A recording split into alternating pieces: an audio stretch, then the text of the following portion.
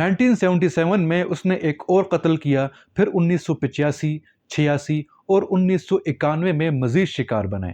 اس کا طریقہ کار ہمیشہ ایک جیسا تھا، پہلے شکار کو باندھنا، پھر اذیت دینا اور آخر میں انہیں بے دردی سے قتل کر دینا۔ سال 2004 میں تقریباً 13 سال کی خاموشی کے بعد BTK نے پھر سے پولیس کو خطوط بھیجنا شروع کیے۔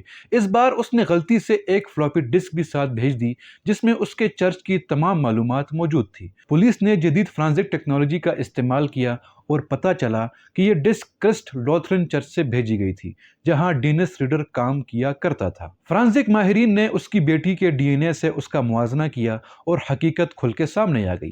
25 فروری 2005 کو 31 سال کی طویل تعاقب کے بعد پولیس نے آخر اسے گرفتار کر لیا۔ عدالت میں اس نے نہ صرف اپنے تمام 10 قتلوں کا اعتراف کیا بلکہ اس نے بڑی تفصیل سے بتایا کہ اس نے یہ سب کیسے کیا۔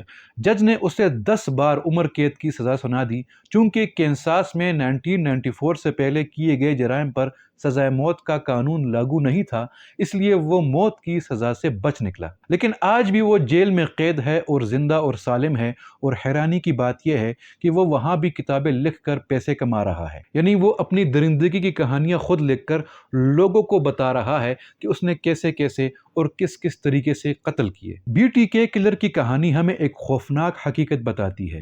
ہر معصوم چہرہ واقعی معصوم نہیں ہوتا۔ ہمیں کبھی بھی کسی کو صرف اس کے بظاہر شریف ہونے کی بنیاد پر معصوم نہیں سمجھنا چاہیے، کیونکہ کچھ درندے جنگل میں نہیں بلکہ ہمارے ارد گرد بھی چھپے ہوئے ہوتے ہیں۔